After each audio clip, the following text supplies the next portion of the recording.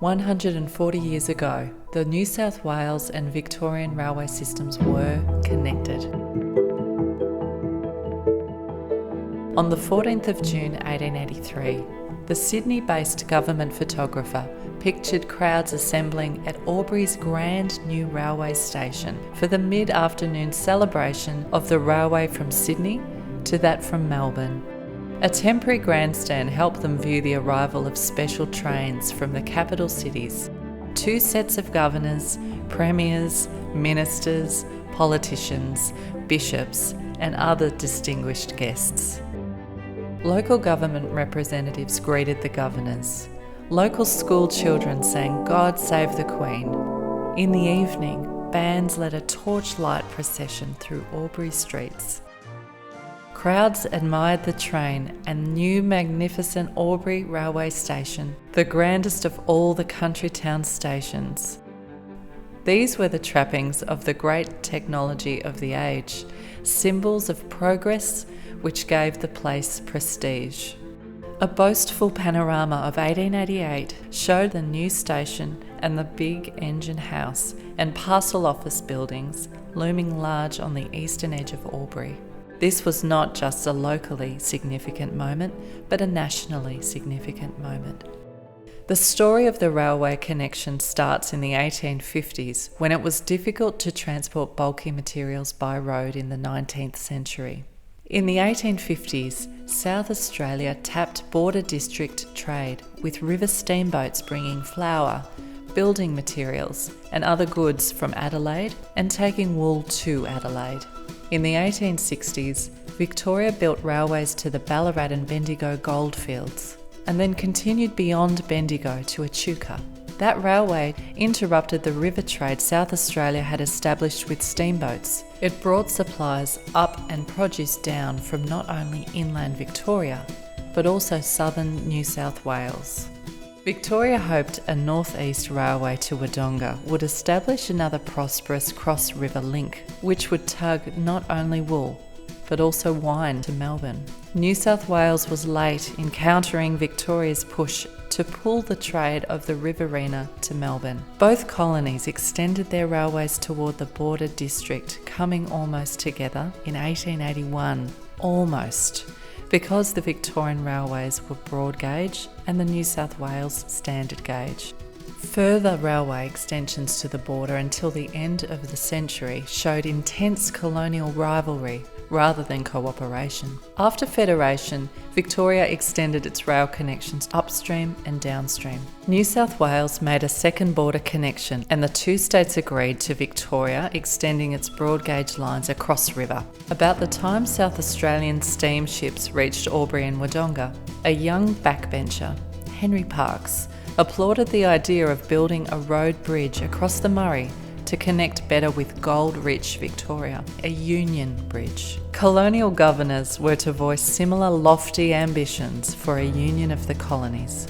When the line reached Wodonga in 1873, the governor, Sir George Bowen, made much of the monster railway sheds ready to receive wine and other produce from across the river. Bowen spoke enthusiastically about the iron link of the railway, which would help bring about the iron link of a union of the colonies. His friend, Sir Hercules Robinson, the Governor of New South Wales, agreed.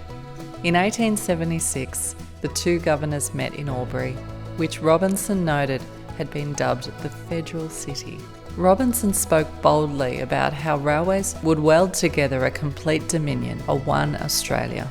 His speech was printed and sold for 6pence a copy. When he was Premier in 1877, Parkes won agreement to extend the New South Wales Railway to Albury.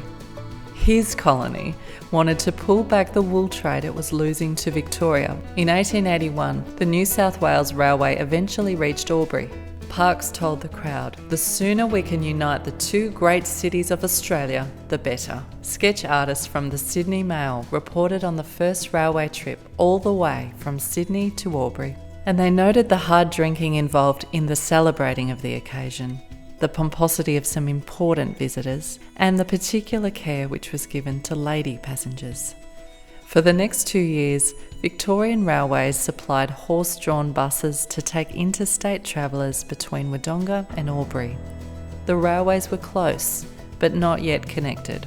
In 1883, a new temporary wooden bridge was built by Victoria to connect the two railway systems. The junction of railways stretching over 600 kilometres from Sydney and 300 kilometres from Melbourne was a railway achievement. It owed much to Thomas Higginbotham and John Whitton, the two giants of colonial railway engineering. In Victoria, Higginbotham championed the route to Wodonga. In New South Wales, Whitton pushed for the Albury line and was personally involved in the design of the station building and the bridge across the Murray. Never since had such a fuss been made about such a small track of railway line, an almost wholly railway relic. The wheelbarrow used at the turning of the sod of the first railway in Australia was brought to display at Albury to mark this historical achievement. The special ceremony to mark the connection of the two railways was hailed as a telegraphic event. Extra staff at Albury's telegraph office dispatched 28,000 words north and 27,000 words south, celebrating a link between Wodonga and Albury, between Melbourne and Sydney. Metropolitan magazines and newspapers caught the mood of the occasion. Just over 1,000 men were invited to a celebratory banquet. No two men from the same colony sat next to each other at 32 tables each, sitting 30 guests. A rough goods shed was specially illuminated with Edison electric lights and was transformed with artistic taste. New South Wales published a lavish memorial booklet outlining the program, listing the dreamy waltzes and the operative airs played by the visiting Permanent Artillery Band from Sydney, and the speeches at the ceremony. Punch magazine mocked the pomposity of the grand banquet. It observed that 200 turkeys, but no geese, had been sacrificed to feed the influential. Melbourne's Age reported as Federation pervading the air, almost as thickly as the spicy aromas and the coriander.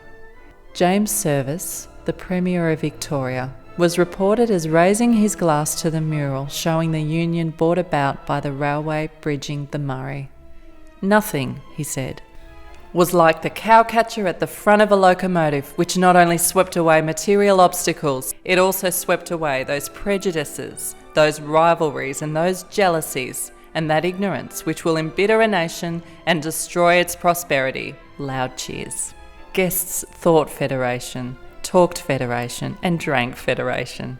The Age also reported that visitors from Victoria slipped away from the celebrations to inspect James Fallon's huge wine cellars, for it was access to the local wine trade that had inspired the construction of the North East Railway to Wodonga. Federation and national sentiment were important, but so was trade. Punch noted that Father New South Wales had deigned to meet Master Melbourne. It looked at the bliss that would come when we get Federation, and all kinds of goods would be carried across the border. Meat would be cheaper. The indignity of being searched by petty border customs bureaucrats would go, and Australia could be more strongly defended. Border customs duties had crippled cross-border trade. The border customs disappeared when the Constitution guaranteed free trade between the states. There were difficulties in making the connection work. One relatively minor difficulty was resolved even before Federation, until a new Eastern Standard Time was introduced in 1895. There were time differences between the two colonies. Another major difficulty stubbornly persisted. The break of gauge at the connection point remained a passenger inconvenience and a huge cost for the transshipment of freight. One visitor, Mark Twain, the novelist, declared he could not understand why the colonies had built railways with 6.5 inches difference in the gauges. The break of gauge connection remained a hiccup, a stutter in the connection of the two railway systems in the 1960s. Standardisation finally completed the connection of the railway systems. In 1889, after the Hawkesbury River Bridge linked Sydney with Brisbane, Henry Parkes called for intercolonial railways to help defend Australia. Defence, he argued, required a national outlook, and he instigated formal negotiations on federating the colonies. Parkes saw the crimson fluid of kinship flowing through iron veins. After the celebrations of the opening of the new Commonwealth Parliament in Melbourne, there was an experiment in timing the transfer of a large body of troops and their equipment when troops returned to Sydney. The time experiment underlined the need to be able to transfer armed forces and their equipment quickly across the break of gauge. The break of gauge was strategically important for defending Australia.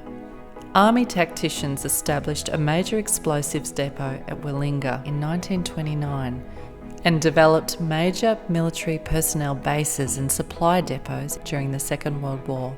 Troops and their equipment had to be able to travel north or south quickly and easily to meet the threat of a possible invasion. Little heed has been taken of the transshipment shed, but it still remains a relic of war.